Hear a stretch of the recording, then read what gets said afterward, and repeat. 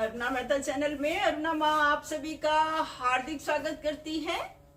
आज हम बात करने जा रहे हैं ग्रहों के बारे में। जब भी हमारा कभी कोई काम नहीं बनता है या हमारा काम बन जाता है तो हम कहते हैं कि हमारे ग्रह सही हैं।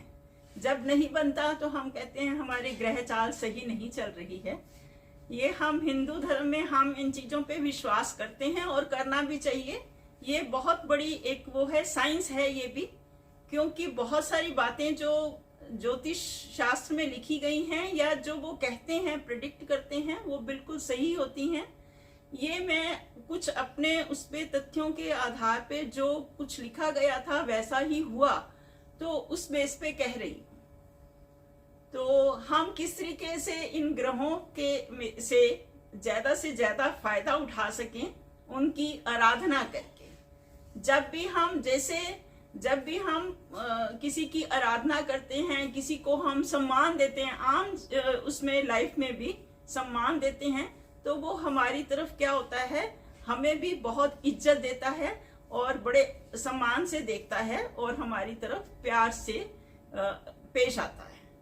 तो अब हम सबसे पहले सूर्यदेव जो हैं वो हमारे प्रत्यक्ष देवता हैं। प्रत्यक्ष देवता मतलब वो, उनको हम देख सकते हैं, उनका हम पूजन कर सकते हैं, उनको जल दे सकते हैं रोज, जिससे कि वे हमारे अनुकूल रहें।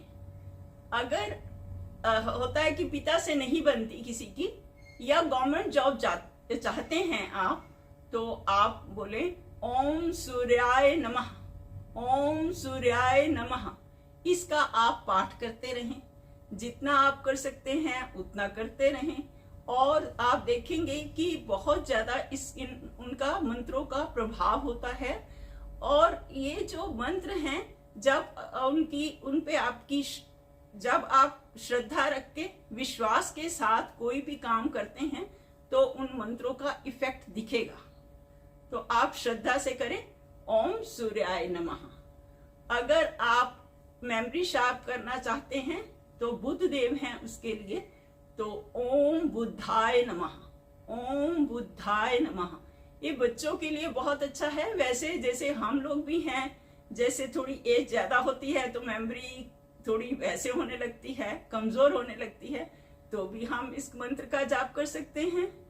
और अगर आपका वो है बृहस्पति देव हैं तो उनकी आप आराधना कर सकते हैं। अगर शादी नहीं हो रही है तो आप बृहस्पति देव का वो कर सकते हैं, जाप कर सकते हैं ओम बृहस्पताय नमः, ओम बृहस्पताय नमः।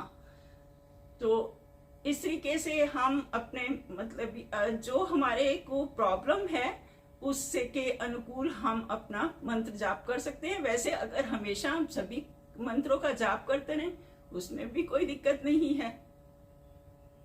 अगर हस्बैंड वाइफ की आपस में नहीं बनती है या कलह वो रहता है, आपस में तालमेल नहीं होता है, तो शुक्र देव हैं इसके लिए, तो ओम शुक्राय नमः, ओम शुक्राय नमः, ये आप पाठ करते रहें। और शनि देव, अगर कलह क्लेश रहता है घर में तो उसके लिए आप शनि का पाठ करें, शनि चालीसा पढ़े। तो शनि देव जो हैं जज हैं, तो आप शनि देव का पाठ तो नियमित रूप से करते ही रहें, क्योंकि उनका पीरियड लंबा भी बहुत रहता है। तो आप शनि देव को खुश ही रखें।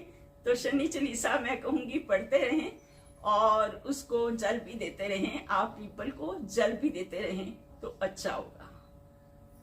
तो अगर आपने किसी का व्यसन छुड़ाना है, यानी कि कोई जुआ खेलता है, शराब पीता है, तो आप ये मंत्र का उच्चारण केतु जो हैं उसके लिए आप कर सकते हैं ओम केतवे नमः, ओम केतवे नमः। और राहु देव जो हैं वो भी हमें शनि देव की तरह ही लगते हैं कि वो भी हमारा कुछ गड़बड़ करेंगे, तो उनको भी खुश करने के लिए ओम राहु देवताय नमः, ओम राहु देवताय नमः। तो इस तरीके से हम सभी देवताओं को, देवी देवताओं के मंत्र, कोई ज्यादा देर तो लगती नहीं है, एक बार जब हमें याद हो जाते हैं तो हम उनका पाठ कर सकते हैं। चलते फिरते उठते बैठते उनका पाठ कर सकते हैं।